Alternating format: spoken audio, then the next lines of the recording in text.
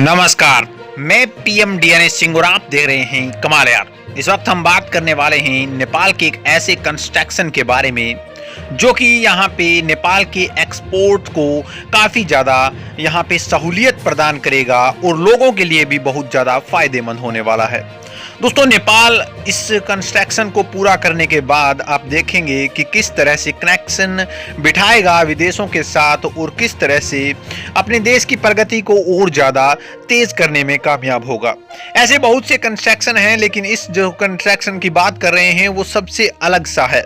वो क्यों है, इसकी पूरी चर्चा करेंगे इस वीडियो में, तो वीडियो के अंत तक बने रहिए। और अगर आप चैनल पर नए हों तो चैनल को सब्सक्राइब करके बेल आइकन दबा लीजिए ताकि आपको अगला अपडेट भी सबसे पहले मिल सके। चलिए वीडियो को शुरू करते हैं।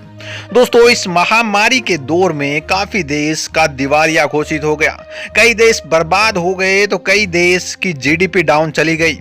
लेकिन इस सभी के बावजूद यहाँ पे नेपाल, जो कि हम देखते हैं कि उन्होंने सब कुछ कंट्रोल में रखा, महामारी के बावजूद भी वो अपने विकास की दरों में बिल्कुल भी नहीं हिचकिचाए।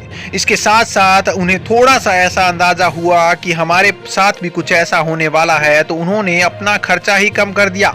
किसी देश के विकास के लिए सबसे बड़ा यही कदम होता है कि आप अपने मैनेजमेंट को सबसे अच्छा करें, और वैसा ही यहाँ पे नेपाल ने कर भी दिखाया। अब हम बात कर लेते हैं दोस्तों कि कौन सा प्रोजेक्ट है जिसकी हम बात कर रहे हैं। तो हम बात करें यहाँ पे नागदुंगा सुरंग की, जो कि नेपाल के यहाँ पे नागदुंगा सुरंग है।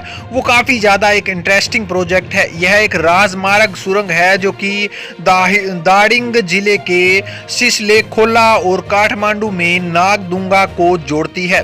नेपाल के लिए प्रोजेक्ट काफी ज्यादा इसलिए भी महत्वपूर्ण हो जाता है क्योंकि सुरंग त्रिभुवन राजमार्ग का एक हिस्सा होगी, और इसके साथ साथ परियोजना के ठेकेदार यहाँ पे हजमा और एंडो कॉरपोरेशन हैं, जो कि इस परियोजना में अप्रैल 2023 तक इसको पूरा करने की बात कर रहे हैं।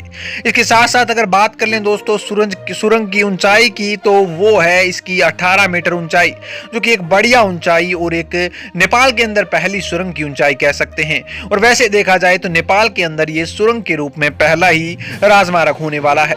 इसमें 9.8 मीटर चौड़ा लेन है और सुरंग की लंबाई कुल अगर बात करें तो वो 2380 मीटर है। परियोजना की लागत का अगर अनुमान बताऊं मैं आपको, तो वो लगभग यहाँ पे 22 अरब एनपीआर है।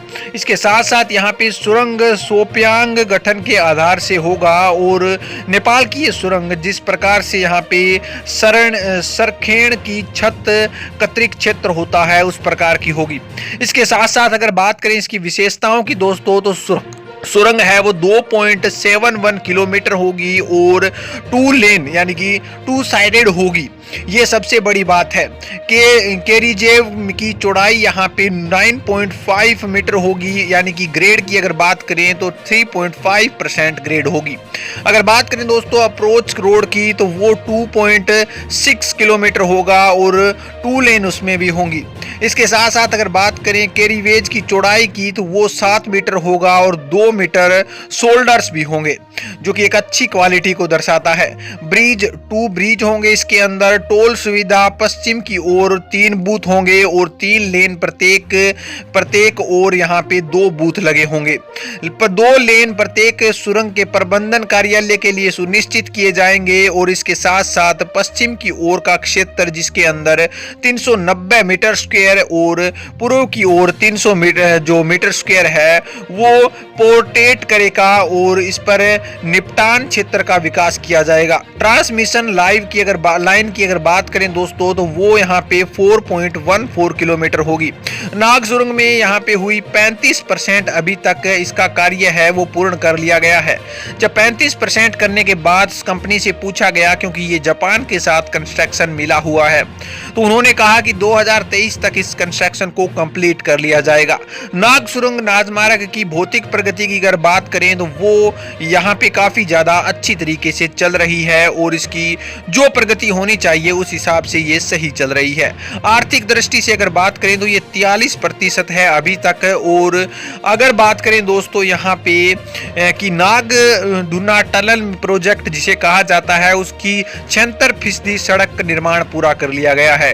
यानी कि सड़कों के निर्माण पर सबसे पहले गौर किया गया था, ताकि टनल बनाते समय इसमें साथ साथ वाहन भी या व्हीकल भी चलाए जा सकें, जिससे कि टोल टैक्स लेकर या फिर किसी भी तरीके से अपना जो खर्चा है वो पूरा किया जा सके और साथ साथ में इस पर काम भी हो सके। जबकि बांध का निर्माण है वो 37% अभी तक पूरा हुआ है और अब यहाँ पे ओवरपास का निर्माण भी पूरा हो चुका है। मैं आपको बता दूं कि फ्लाईओवर का निर्माण कार्य चल रहा है और 3 में से 2 अंडरपास का विकास कर भी लिया गया है।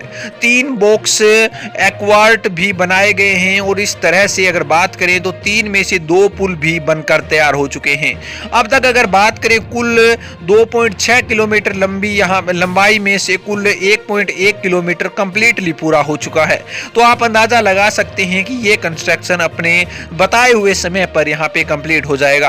परियोजना में यहाँ पे आगे सांझा के लिए कुल 2557 मीटर में से 1384 मीटर निकास सुरंग का विकास हो चुका है और प्रोजेक्ट ने पहले ही यहाँ पे वर्किंग ओडिप्स को पूरा कर लिया गया है।